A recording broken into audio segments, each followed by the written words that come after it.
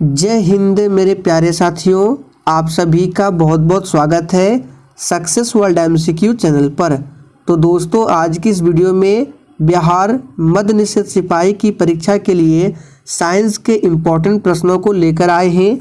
तो आज का सेशन आप लोगों के लिए बहुत ही ज़्यादा महत्वपूर्ण है, इसलिए आप लोग सेशन को लास्ट तक देखें और कितने प्रश्नों के सही सही आंसर करते हैं कमेंट करके हमें ज़रूर बताएं। इसका पीडीएफ आपको टेलीग्राम पर मिल जाएगा। टेलीग्राम का लिंक इसी वीडियो के नीचे डिस्क्रिप्शन बॉक्स में दिया गया है। तो चलिए शुरुआत करते हैं आज के प्रश्नों से। पहला प्रश्न है, ध्वनि की गति धीमी होती है। बिल्कुल एग्जाम में पूछा जाने वाला प्रश्न है। फटाफट से आप सभी आंसर बताएंगे। आंसर करने के लिए आप लोगों को लाइव चैट का ऑप्शन मिलता है नीचे। फटाफट से आंसर बताएंगे। ध्वनि की गति धीमी किसमें होती है? तो पहले प्रश्न का आंसर जो भी बच्चे सी को दिए हैं, आपका बिल्कुल सही आंसर है।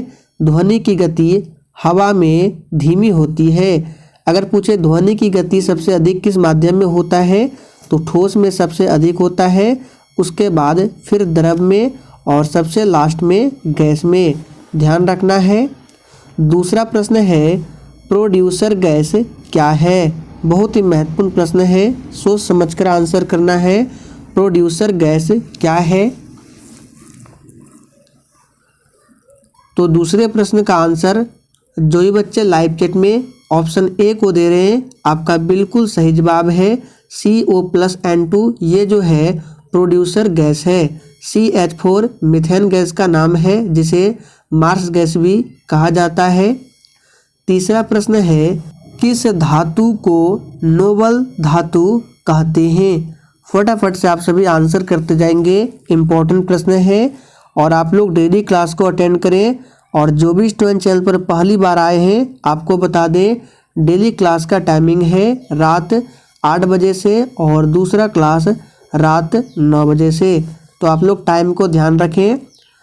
तीसरा प्रश्न का आंसर क्या होगा? तो इसका सही जवाब जो ही बच्चे ए को दिए हैं, बिल्कुल सही जवाब है नोबल धातु सोना को कहते हैं।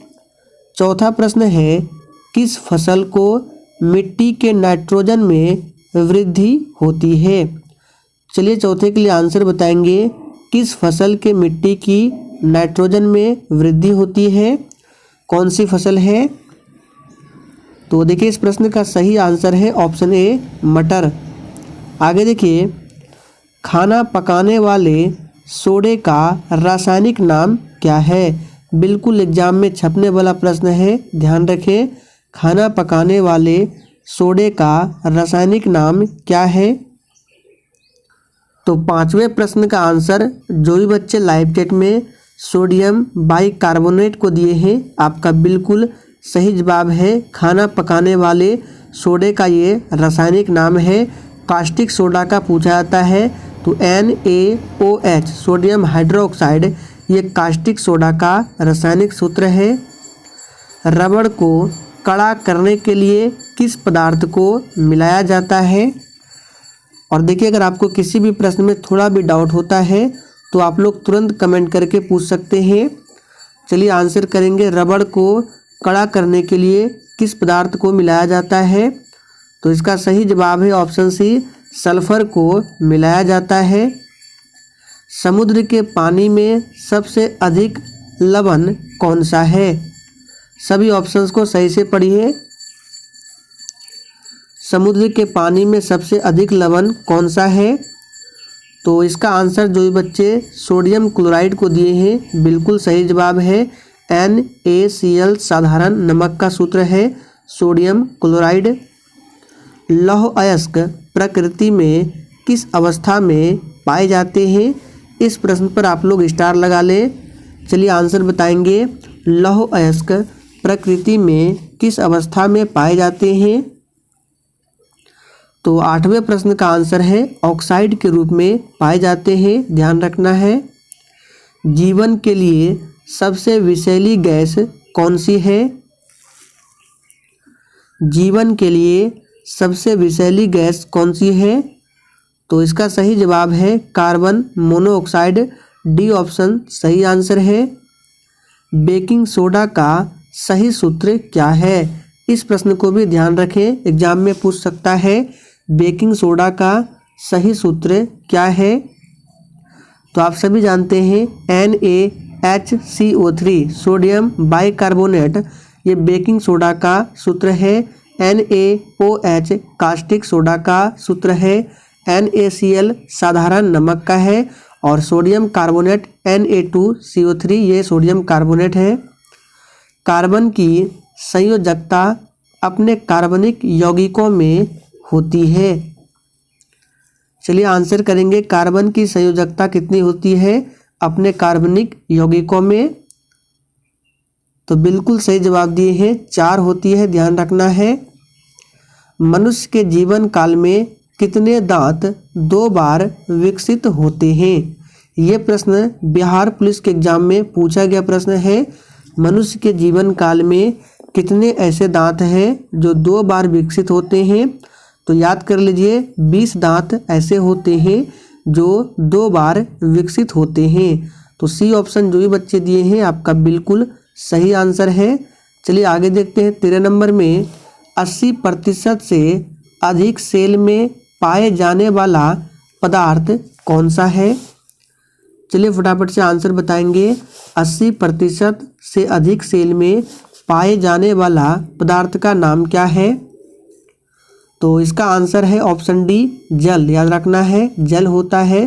प्रोटीन की कमी से कौन सी बीमारी होती है? हमने आपको बताया है क्वाशियोरकर बीमारी होती है। और सबसे अधिक प्रोटीन किसमें मिलता है? तो सोयाबीन में मिलता है। इंसुलिन प्राप्त होता है, ये भी प्रश्न आपसे पूछ सकता है, इम्पोर्टेंट प्रश्न है, ध्यान रखें। इंसुलिन प्राप्त होता है, तो याद कर लीजिए इंसुलिन प्राप्त होता है किससे? तो डालिया के जड़ों से इंसुलिन प्राप्त होता है। और इंसुलिन की कमी से कौन सा रोग होता है? तो मधुमेह नामक रोग होता है, जिसको डायबिटीज भी बोला जाता है। विश्व मधुमेह दिवस कब मनाया जाता है?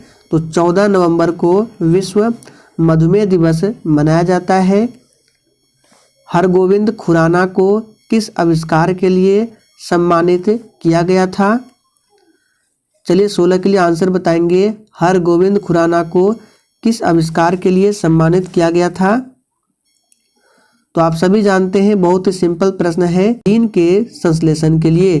तो बी ऑप्शन जो भी बच्चे दिए हैं बिल्कुल सही जवाब है, ध्यान रखना है। आगे देखिए, संसार का सबसे बड़ा पुष्प कौन सा है? चलिए आंसर करेंगे, संसार का सबसे बड़ा पुष्प कौन सा है? तो इसका आंसर है बी ऑप्शन, रेफ्लेसिया जो है ये संसार का सबसे बड़ा पुष्प है। आप सभी जानते हैं। विकास का मुख्य कारक क्या है? चलिए आंसर बताएंगे, विकास का मुख्य कारक क्या है? तो इसका आंसर जो भी बच्चे ऑप्शन डी को दिए हैं बिल्कुल सही जवाब है। विकास का मुख्य कारक है प्राकृतिक वरण। आगे देखिए, सर्वव्यापी रक्तदाता का रक्त ग्रुप होता है। यहाँ पे देखिए सर्वव्यापी रक्तदाता पूछ रहा है, तो रक्तदाता के लिए कौन सा होता है? तो हमने आपको बताया था ओ जो होता है रक्तदाता सर्वव्यापी होता है, और सर्वग्राही पूछे तो ये होता है ए बी। दोनों को ध्यान रखना है, सर्वदाता ओ, सर्वग्राही ए बी। सबसे लंबा जीवित वृक्ष कौन सा है? ये भी प्रश्न आपके एग्जाम के लिए बहुत ही महत्वपूर्ण है। सबसे लंबा जीवित वृक्ष कौन सा है? तो इसका आंसर है बी ऑप्शन, सिकुआ। सिकुआ वृक्ष जो है सबसे लंबा जीवित वृक्ष है। एस्प्रिन क्या है? आपको बताना है एस्प्रिन क्या है, और ये प्रश्न बिहार फायरमैन में पूछा गया था। एस्प्रिन क्या है? आंसर करेंगे, तो 21 का आंसर क्या होगा? Option B, antipyretic. एस्प्रिन क्या है? एक प्रकार का एंटीपायरेटिक है, ध्यान रखना है। डॉल्फिन वर्गीकृत किए जाते हैं, ये प्रश्न बिहार पुलिस के एग्जाम में पूछा गया प्रश्न है। डॉल्फिन वर्गीकृत किए जाते हैं, तो ध्यान रखना है, ये सभी प्रश्न एग्जाम में पूछे जाते हैं बार बार। तो डॉल्फिन वर्गीकृत किए जाते हैं, याद कर लीजिए। स्तनी में, डी ऑप्शन सही आंसर है। HIV द्वारा होने वाला रोग कौन सा है? HIV, फटाफट से आंसर करेंगे। HIV द्वारा होने वाला रोग कौन सा है? तो ये है एड्स। ध्यान रखना है कौन सी बीमारी होती है, एड्स होता है। HIV क्या है? ये एक वायरस है। एड्स का फुल फॉर्म भी पूछ सकता है आपसे, तो इसका फुल फॉर्म होता है एक्वायर्ड इम्यूनो डिफिशियंसी सिंड्रोम।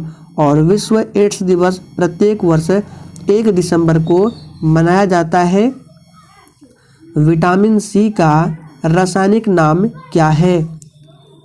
चलिए आंसर बताएंगे। विटामिन सी का रासायनिक नाम क्या है? तो बिल्कुल सही जवाब दिए आप लोग। आप सभी जानते हैं विटामिन सी का रासायनिक नाम क्या होता है? एस्कॉर्बिक अम्ल।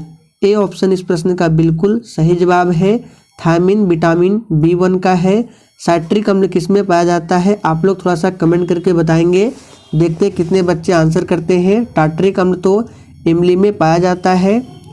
पुरुष जीन संगठन होता है। ऑप्शन ए में है XX और B है XY। तो चलिए आपके लिए 2 ही ऑप्शन है, आप लोग बताएंगे। पुरुष जीन संगठन होता है, तो इसका आंसर क्या होगा? ऑप्शन बी हो जाएगा XY। प्रकाश संश्लेषण होता है। ये बहुत इजी प्रश्न है, सभी को आता है। प्रकाश संश्लेषण कब होता है? रात में या दिन में? तो बहुत इजी प्रश्न है। इसका सही आंसर है ऑप्शन डी, केवल दिन में प्रकाश संश्लेषण होता है। जीव विकास को सर्वप्रथम किसने समझाया था? चलिए आंसर बताएंगे। जीव विकास को सर्वप्रथम किसने समझाया था? तो लैमार्क ने समझाया था। ध्यान रखना है। प्रयोगशाला में सर्वप्रथम DNA का संश्लेषण किसने किया था? तो 28 का आंसर क्या होगा? फटाफट से बताएंगे लाइव चैट में। तो बिल्कुल सही जवाब दिया आप लोग, हरगोविंद खुराना। प्रयोगशाला में सर्वप्रथम DNA का संश्लेषण किया था हरगोविंद खुराना।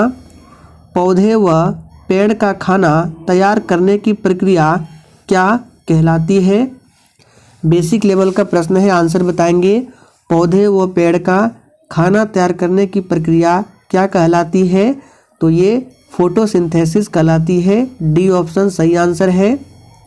इनमें से कौन सा प्राकृतिक रेशा है? चलिए 30 के लिए आंसर बताएंगे। इनमें से कौन सा प्राकृतिक रेशा है? तो ध्यान दीजिए, यहाँ पे प्राकृतिक रेशा पूछा जा रहा है। आगे देखिए, निम्नलिखित में किसकी कमी से रक्तहीनता होती है? चलिए आंसर बताएंगे। निम्नलिखित में से किसकी कमी से रक्तहीनता होती है? तो इसका सही आंसर है आयरन की कमी से। याद रखना है। डी ऑप्शन बिल्कुल सही आंसर है। मानव शरीर की सबसे बड़ी और मजबूत हड्डी कौन सी है? तो देखिए यहाँ पे सबसे बड़ी भी पूछ रहा है और मजबूत हड्डी भी पूछ रहा है, तो ये हो जाएगा फीमर। फीमर जो है ये मनुष्य के शरीर की सबसे लंबी हड्डी है जो कि जांघ में पाई जाती है। तो सही जवाब है फीमर। मनुष्य के समान शरीर ताप क्या होता है? फ़ारेनहाइट में बताना है। तो हमने आपको सेल्सियस में बताया था, 37 डिग्री सेल्सियस में होता है। केल्विन में 310 केल्विन होता है। पौधे का मुख्य प्रकाश संश्लेषी अंग क्या है? चलिए आंसर बताएंगे। पौधे का मुख्य प्रकाश संश्लेषी अंग क्या है? तो इसका आंसर है सी ऑप्शन, पत्ती है। कौन सा विटामिन वसा में घुलनशील है? चलिए आंसर बताएंगे। तो 35 का आंसर क्या होगा? फटाफट से बताएंगे। तो देखिए हमने आपको बताया था विटामिन बी और सी जो है ये जल में घुलने वाला विटामिन है। इसके अलावे विटामिन ए हो गया, डी हो गया, ई हो गया, के, ये सभी जो है वसा में घुलनशील होते हैं। तो सही जवाब है डी ऑप्शन सभी। मानव शरीर में सबसे प्रचुर तत्व क्या है? चलिए आंसर करेंगे। मानव शरीर में सबसे प्रचुर तत्व क्या है? तो जो भी बच्चे ऑक्सीजन को दिए हैं आपका बिल्कुल सही आंसर है। 37 नंबर में है ब्रोंकाइटिस एक रोग है। किस अंग का ये रोग है? फटाफट से आंसर बताएंगे। ब्रोंकाइटिस एक रोग है, तो ये जो है फेफड़ों का रोग है। BCG का टीका दिया जाता है बचाव के लिए, किसके बचाव के लिए? 1 नंबर का प्रश्न है। और जिसने अभी तक लाइक नहीं किया है फटाफट से लाइक करें, PDF आपको टेलीग्राम पर मिल जाएगा। तो BCG का टीका दिया जाता है ये क्षय रोग से बचाव के लिए। सी ऑप्शन जो भी बच्चे दिए हैं बिल्कुल सही आंसर है। तो दोस्तों आज के लिए इतना ही। सेशन पसंद आया हो तो सभी लोग सेशन को फटाफट से शेयर कर दें।